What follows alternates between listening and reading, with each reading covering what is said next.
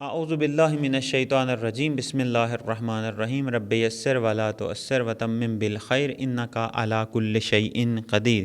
سامعین محترم، ہم بات کر رہے تھے اسلام کے اندر کس طریقے سے خاندان کی تشکیل کی جاتی ہے اس کے اوپر، اور بات ہماری یہاں تک پہنچی تھی کہ ہمارا رابطہ ہمارے طرف مقابل سے کس طریقے سے ہونا چاہیے، اور ہم اگر شادی کر رہے ہیں تو ہماری نگاہ شادی کو لے کے کس طرح سے ہے، اور خود خاتون کو لے کے کس طرح سے ہے، یا پھر اگر کوئی خاتون شادی کرنا چاہتی ہے تو اس کی نگاہ مرد کی نسبت کس طریقے سے، اس کے اوپر ہم نے گفتگو کی تھی۔ آج ہم بات کریں گے کہ وہ کون کون سی شرائط ہیں کہ جن کو اپنا کر، جن کی بنا پر ہم یہ کہہ سکتے ہیں کہ یہ ہمارے لیے بہترین لائف پارٹنر ثابت ہو سکتا ہے۔ آج ہم بات کریں گے پہلی اس شرط کے اوپر۔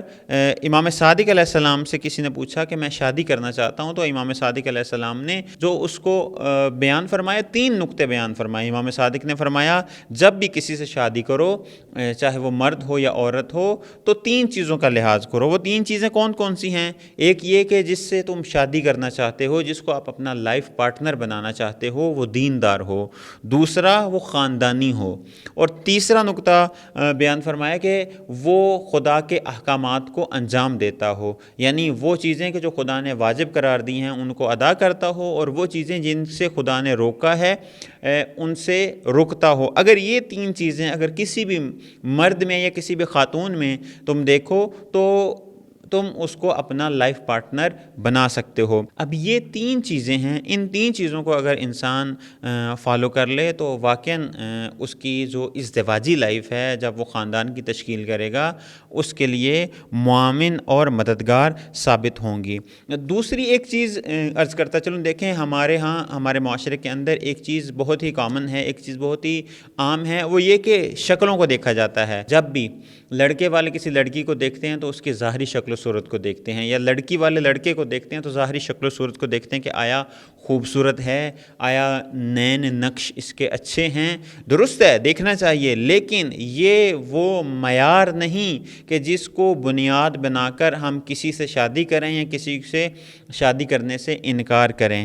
دیکھیں ظاہری شکل و صورت اگر انسان دیکھتا ہے تو یہ جو ظاہری شکل و صورت ہے 10 سال بعد 15 سال بعد یہ ماند پڑ جاتی ہے۔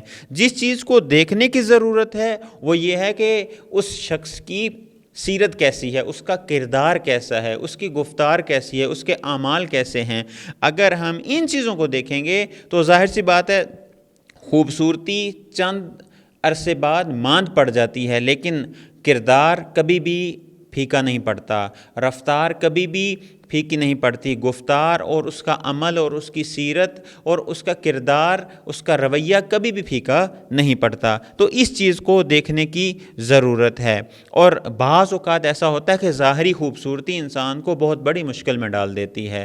ظاہری خوبصورتی آج جس طرح سے معاشرے کے اندر یہ معیار بن چکا ہے، جس طرح ہم نے پہلے بھی عرض کیا تھا کہ معاشرتی رسم و رواج وہ سب سے بڑی رکاوٹ ہے، اور ہندی تہذیب سب سے بڑی رکاوٹ ہے، کہ جس کی وجہ سے ازدواج جیسا مقدس اور مستحب عمل مشکل اور زنا جیسی بدکاری آسان ہو گئی ہے۔ اس کی وجہ یہی ہے کہ خوبصورتی کی تلاش میں انسان بعض اوقات خدا کو بھول جاتا ہے، خوبصورتی کی تلاش میں بعض اوقات انسان اقدار اسلامی کو بھول جاتا ہے، خوبصورتی کی تلاش میں بعض اوقات انسان خدا اور قرآن کے احکامات کو بھول جاتا ہے۔ بس پہلی چیز جو انسان دیکھے وہ یہ کہ اس کی سیرت دیکھے، اس کا کردار دیکھے۔ جب کردار اچھا ہوگا، کردار قابل قبول ہوگا، تو واقعاً جو آنے والی ازدواجی زندگی ہے 2 نفروں کی، مرد اور عورت کی، وہ بہترین اور اعلیٰ گزرے گی۔ انشاءاللہ حاضر ہوں گے اگلی